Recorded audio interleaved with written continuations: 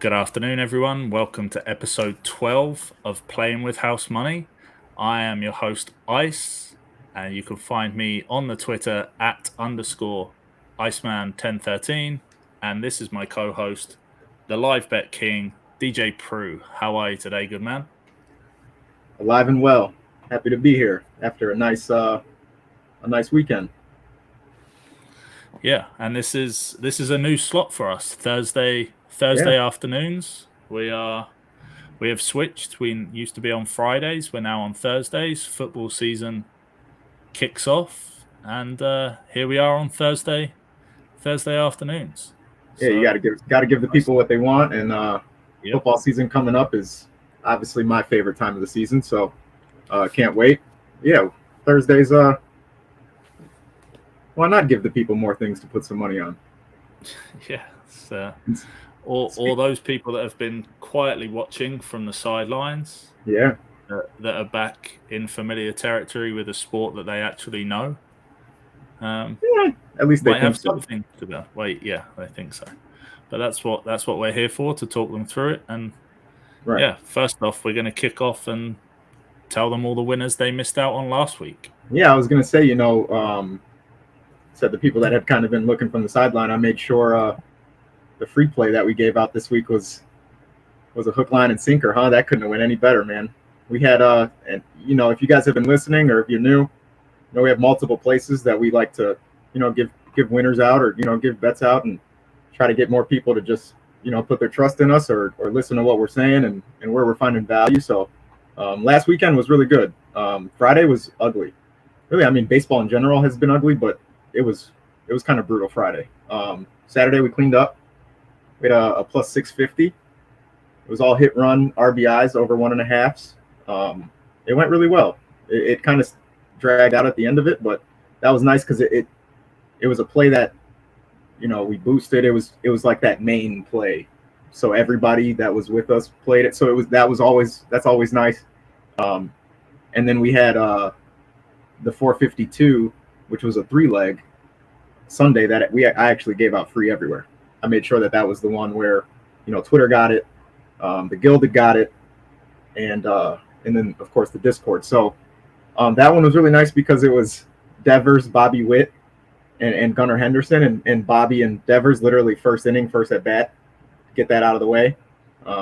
Witt, I think it was a single, and then next guy gets walked, he gets brought in. It was simple, and Devers, obviously the homer, was instant green. So we ended up going into each one of those legs, advanced into the next game before the next one even started. That's as great as you want to have, especially in the MLB where you only get 3 or 4 at bats. So that was really nice. And then shout out to Pup, the boy Pup. You guys wouldn't know him, but that's the homie. And we did a co-build, kind of a little partnership behind the scenes, and did a co-build. That was 705. That one ended up cashing with a late Castellanos double in that ugly game that Philly had to end the week. So really strong weekend. We had a lotto that we did a no sweat that almost I don't even want to talk about how close it got, but we had a plus 1300 or plus 1300 2-leg in that Baltimore game where you could have probably took almost anybody and won some money. So yeah, really strong weekend for the circumstances we were given, and really happy with the cleanup. And obviously we got a lot going on this week. So like I said last week, divisions are mattering now. If you guys paid attention to last weekend at all, or even Monday night, it was Seattle and Houston, and obviously same division, and the top 3 of that division went into the week. I want to say between 2 games. It was either 1.5 or 2 games on the head. So that's going to be a race that definitely matters. And sometimes late in the season, you get some give me's. Like I say that to say that the Mariners play the Kansas City Royals this weekend. For a team that has been as hot as Seattle, to get the Kansas City Royals pitching staff, I mean, what more do you want? They do have, 1, sometimes 2 guys that show up, but Seattle's hanging runs, man. So I love to look at that series and how that's going to play out. And then you also got a divisional series with the Cubs and the Pirates. The Pirates are obviously a little bit of a surprise. They were a big surprise in the beginning of the season, and then they really simmered down. But Um, Last weekend, I mean, their bats got active, man. I want to say Sunday or Monday night, they hung like 8 runs in back-to-back games or something like that. They're a team they're young and you never really know when you're going to catch, but when you do, excuse me, Brian Reynolds and Brian Hayes and, Rodolfo Castro, they have guys that are sneaky and when they're on, they're on. So that Cubs pitching staff is kind of their crutch or their weak link. And, certain teams that get hot have exposed it. Luckily, they've been able to hang just as many runs, but I don't know, man. If you get the right pitching matchup in that series this weekend, I'd love betting on the Pirates. And then, the Cubs are as deep as anybody if they stay consistent. So, you can look for Cody Bellinger. I think the one guy on the Cubs that I'll probably avoid for the next week or two just to get him back into rhythm is Dansby Swanson. He's been brutal, a lot of strikeouts, and when he's not striking out, he's walking. So those are the three, those are the main two. And then the last one is I'm sticking with Baltimore going into the weekend. Friday, they start off with Colorado. And, I mean, as you know, Colorado, they're just another one of those teams where plus pitching matchups almost daily. Sometimes they show up, they're young. So, I mean, you're going to get your games where they're not just getting 15 runs hung on them and whatnot. But like I said, even last week, that they played the Sox, and those are two bad teams, and you still saw a lot of runs. That first game Friday went over 15. I want to say it was 13-4. It was something crazy. I know the Sox got killed. Kopech on the mound, shocker. But I mean, that whole weekend, that series was pretty nice. That was a pretty high scoring, a lot of value in total bases or home runs and whatnot. That was a good series to bet on. So that's what I mean when you want to attack certain pitching staffs. And Colorado does have two lefties that are really young. I want to say Blatch is in his first year in the MLB. So those are my main three that should have a lot of gambling value. Sounds good, bro. Looking forward to it. Yeah, I mean, like you said, sticking with what's hot. Yeah. What's working is, the recipe for success. Right. And don't get me wrong. Don't get me wrong. We say that, and we didn't win every bet. I don't want people to hear last week's winners and think it was just, a clean sweep and whatnot, But in baseball right now, us over at Playing with House Money are not reaching. We're not playing 60,000 odd lalos for you every day. And we're doing this to win ourselves money and whoever is, trusting us enough to ride. So, it was a very, very good weekend, especially compared to other places. And we got to rewind, man. I had a winner last week that was crazy. These people need to know, man. We got baseball, we got soccer, we got everything. Sugar Shane O'Malley, round 2 knockout, bro. How did you let me forget that? For the people that are watching on YouTube, I'm going to have him change this MLB look forward to last week's winners again. We're going to run this back for 30 seconds just so everybody can kind of see what's going on in my brain. There you go. We do everything over here, bro. All right? I'm tired of people sleep. We do everything over here. You wanted a UFC winner on Saturday night? I got you one. I told everybody that matchup was not ideal for him, wrestling and, a very good striker, and Sterling did exactly what I thought he would do and go in there and try to fight this guy and box him and strike. And he goes in to shoot one time, round 2, and gets caught with an identical right hand that Conor McGregor knocked out Aljo with a left. It was almost poetic justice for Dana White. So that was plus 1,200. Round 2 knockout by Sugar Shane O'Malley was plus 1,200. And people were taking the money line or the knockout just method in general. That thing was only plus 500, I think it was. You could have got plus 1,200 round 2, 1,600 round 3, 25 round 4. So you got it. That's what we're here for. That's what Ice is here for. Or that way, we're here to get you the value. We are going to find you the value. We're not going to disagree with the team you want to see win, the things you want to bet money on. We're not going to disagree with you on there. We're going to show you what to look for in those situations where you can get more bang for your buck. The books already have enough advantages. We don't need to give them any more. When you're right, you're right. And that plus 1,200, man, I had 25 on that. It was a very nice Saturday night after a good Saturday. So that MLB preview, I don't have a pay-per-view to give you this week, but I might have something else in store for you. Don't worry. What else? What else can this man give us winners for? Huh? What do we got? We got some horse racing. We got some NASCAR. Now that'd be Is you. there? We got cornhole. You're going to give us cornhole world championship. I'll give you cornhole winners, and if anybody wants to bet money in person, you can come to Chicago, and I'll play you in cornhole all day. We call it bags out here, though. So the horses I'll leave to my boy. Yeah, we'll wait for the next leg of the Triple Crown to roll around for another one of those winners.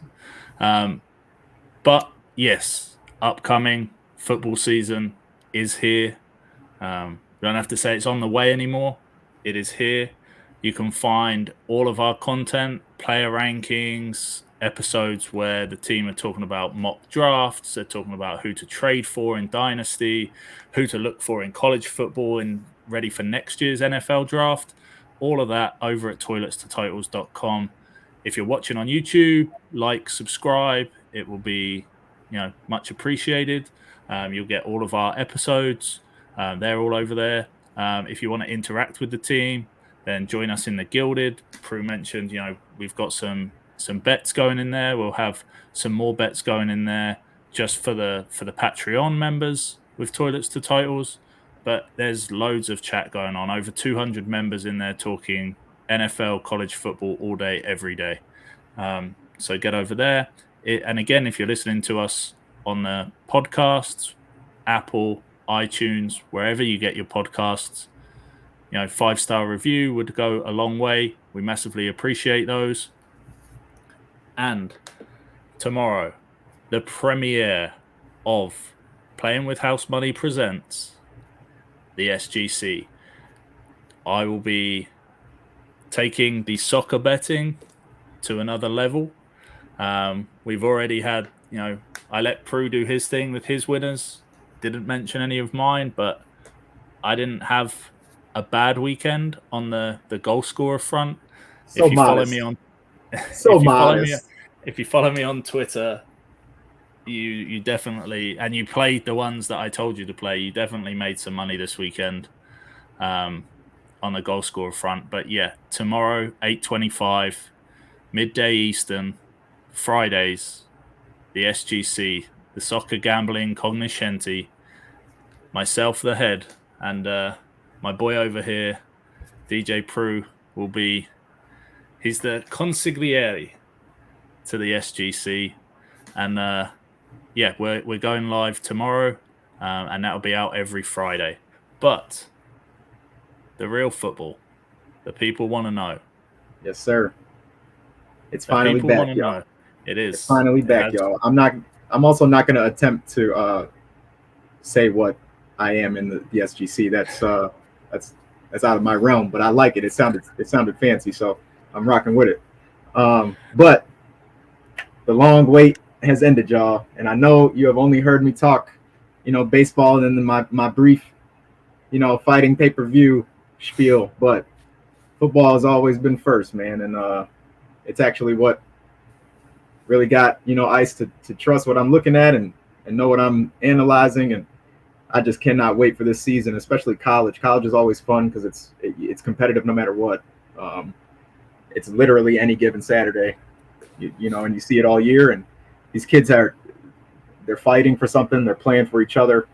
College football is always the best, and obviously the teams are changing up year to year, and a lot more than NFL. So we'll have everything for you, though, man. I look at it all. I love the game, and I've been a fan my whole life. I played, so I break it down a little different than a lot of people, but the thing I'm going to do, with the Thursday slots is show you guys what I'm looking at, what I'm analyzing, what I think really impacts these games and these matchups. I break it down to schemes for you. I'll answer any questions you got. Just hit me up on the social medias, the Gilded, the Discord, and I'm happy to talk football at any time. So I'm excited for this weekend, and I'm excited for this year in general. I think the top 25 in the NCAA is a little shocking to me. Some of these teams that are in there don't usually get the love they deserve or the respect from their recruiting and whatnot. So I'm really excited to see how the top 25 shake up, especially the first few weeks. If you followed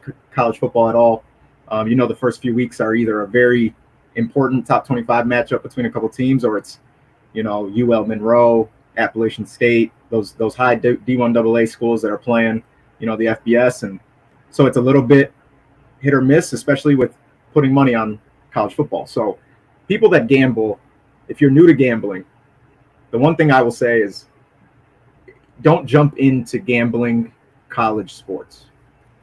If you gamble already and you know the risks and the heartbreaks sometimes and the bad beats and whatnot, that is more realistic. But at the end of the day, we're betting on 18-year-old kids, for the most part. And I know it's crazy. They're great athletes, 5-star recruits and whatnot, but at the end of the day, you are betting on 18-year-old kids. So when you see an upset, it just probably wasn't smart to go with a money line or, a spread. And you have to really find value. Otherwise, these bets are not fully worth the money you're risking. So with that being said, one, huge Noles fan, Florida State till I die, go Noles. My boys are ranked in the top 10 this year. I just really think they can really make some noise if they can bring it all together. And quarterback should be in the Heisman race. We got Trey Benson at running back. It's going to be a very exciting year. So I'll definitely be annoying everybody on Twitter, but I won't say too much about my Noles since they don't even play this weekend. Another team that everybody will probably be looking at is Georgia. They have a new starter. See if that transition's seamless. And they also are off. And LSU, another team. There's a lot of teams in the top 25 I'll probably break down as the season goes, but I won't be biased, I promise. And I'm excited. So going into this weekend, week one is always fun, as I said. And, sometimes you have some good rivalries or some old school dogfight type of games, and Navy Notre Dame is one of them. Always a closer game than people expect for some reason. Notre Dame always kind of struggles with a team that controls the tempo as much as them. I mean, they're obviously Navy, man. They're not afraid to punch people in the face and play a physical game, and they really take it to you. So by any means, I don't expect Notre Dame to lose the game, but the books have them at -21. -21 in a week one college football game. I almost fell over. I'm taking Navy +21 at -110 at my own risk, obviously. Notre Dame, if they come up and hang 40 on them, they're supposed to. But I can't remember the last time I've seen them come out and just destroy them like that. And I really like the team that they've put together and the film that I've seen. And I think that's going to be a lot closer game than 21-point blowout. So I'm running that. And then USC and San Jose State is going to probably be the other game getting the most attention. One, it's at night. It's a West Coast game. But at the same time, it's Caleb Williams. And he's obviously number one quarterback prospect right now, and all eyes on him. So I want to see what his first impression is against a team like San Jose State, because it's a team you're obviously supposed to blow out. But I feel like people kind of over-exaggerate how ready some of these guys are or how developed some of these guys are. And don't get me wrong, Caleb Williams has an amazing arm talent and an incredibly high ceiling. I would not doubt he could be Patrick Mahomes if he was, with the right team and the right scheme and whatnot. But for me to think that he's just going to come out and just dominate all year as a USC quarterback, I guess it depends on how much we expect domination. So they are definitely going to win against San Jose State, and I expect him to have a great game because he knows he needs to make a great impression. So the over is 66.5, or the total line. And I know that sounds crazy to most if you're ever betting football and whatnot, especially NFL, but 66.5 is something that I fully believe USC comes out and purposely hangs 52. Like, it's just them. It's just how these first couple weeks go. And in games like that where it's so fast of a shootout and so quick, like so many touchdowns, you always see broken plays, especially from a team that does not want to get embarrassed. So I think San Jose can get a couple touchdowns, maybe a field goal or two. I like that 66.5. And honestly, I wouldn't doubt I get 60 of it from USC. So I'm going with that. Both of them -110 on DraftKings. I'll probably play them straight, to be honest with you. You could parlay the two if you'd like, but Like I said, it's college football. I mean, you said that like USC's point total is 48.5. Yeah, you could very well go that route. Yeah, I mean, but needing. No, yeah, I get needing the 50 points this is actually, from the one thing. It's actually good you said that though, specifically because college football is a different beast. Like if this was the NFL, and for some reason somebody had a 42 point like total at their line, I probably wouldn't feel as off-putting about it because I can trust that system and like that matchup. In college, San Jose could very well come out and put up 24 points on USC. I'm gonna keep it real with you. Like, one, historically not great defenses in USC. Two, I mean, passing in college compared, like these days compared to then is a lot different, and a lot of these quarterbacks know how to fill their gaps in zone reads and in schemes, and USC will run plenty of them. I'm sure they're going to bring a lot of pressure, so you won't see a lot of man with safety over the top. You'll probably see a lot of cover 4, cover 6, even probably cover 3 out of USC, just playing a regular kind of a base college zone against a team like San Jose, and I would not doubt you see a couple big plays out of them. So, I mean, needing 48 week 1 isn't bad. It very well is not a bad prop, but I would rather not need only one set of kids to go off and then not get pulled after. Because if they score 42 in the fourth quarter, probably getting pulled, they would have to score 42 at like right after halftime or something like that for me not to get nervous. So, yeah. So when I'm looking at it, everybody listening or watching, I'm looking at it as how can I get some sort of advantage to give me a chance to win the entirety of the game. I don't want any first half props and stuff like that. I want to have a chance all 4 quarters, and that over 66 definitely gives me that, especially if USC's bench comes in. Sounds good, man. Yeah, no, I'm definitely looking forward to seeing your breakdowns of this, the college football season. Yeah. Prue mentioned that it was like his football brain and everything, how he was breaking down like the bets that he was making is what we kind of connected on a year ago. It's what made us or kind of decide to go this route with what we were going to do. So just happy for these guys to now see what you can do, and hopefully the winners on the baseball translate over to college football, the NFL. Yeah, just really looking forward to seeing like 2 winners up there next week. We're talking about both of these games going exactly how you envisaged, and that will give us a great platform for the rest of the season. And looking forward to really diving into the football, and myself getting into, I don't know, you can see over this shoulder. Yeah. The USC hat is just right there in the cut.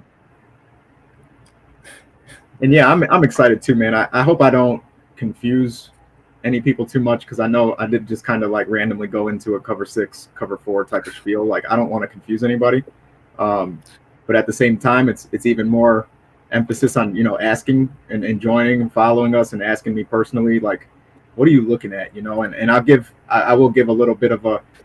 I guess I probably shouldn't even bother mentioning this, but I did play quarterback in high school and was going to play when I went to school, but just wasn't the route for me. But playing quarterback with a great offensive coordinator, like one that really teaches you the game, you look at matchups a lot different. So I tend to find out that the way I'm looking at things and matchups is completely different than guys that are just like big fans, or they look at like the general things, guys that play well in man and zone and blitz and stuff like that. Like I look fully into the exact scheme of each individual guy, who they're seeing across from them, where they'll be each game, and I'll have reasoning behind all of this. I just don't want to confuse anybody with too much. There's rhyme to the madness. There's rhyme and reasoning to the madness, I guess I'll say. And yeah, Ice got a couple write-ups and was like, hey, this guy might actually know what he's talking about. So I'm hoping everybody else kind of rides with me on that as well. So we'll see. Yep, and that's it. That's all we can hope for. And like you said, like as the weeks go by and we dive more into it, we can go into what those types of schemes Of are. course. And like you said, you're going to break down some of the teams. We'll be doing exactly the same thing as weeks go by on the NFL side of things. So yeah, shout out to Prue, follow him on the Twitter, follow us at PW_house money. Ask us any questions. If it's college football related and you want to know what on earth the cover six is, ask. Join the Gilded chat. There's people in there that will be able to help you out. Prue's in there. He'll be telling you. Join the Discord. Ask the questions. And that was another thing is you could even join your fantasy drafts and just jump into the Gilded. We'll damn near draft it for you live right then and there. That's how many people are in there, man. You need any advice, fantasy, football, college, NFL, sports in general, we have a channel. Everything is in that Gilded for you, laid out perfectly. We're here to help. Get there. Yep. And then if you have, if it's your alma mater, or if you've got a team, some players that you really like, you want Prue to break them down, absolutely. Send some our way, comment on the YouTube who you want to see. And he'll dive in the following week and break them down for you as well. And PSA, I will try my best to be nice if you do bring me Miami and Florida. Go Noles. But yep, thanks for watching and listening again this week. Again, like we said, any questions on Twitter at Iceman_1013, at PrueBaby10. We've been playing with house money. Good luck with all your bets this weekend, and we'll be back next Thursday.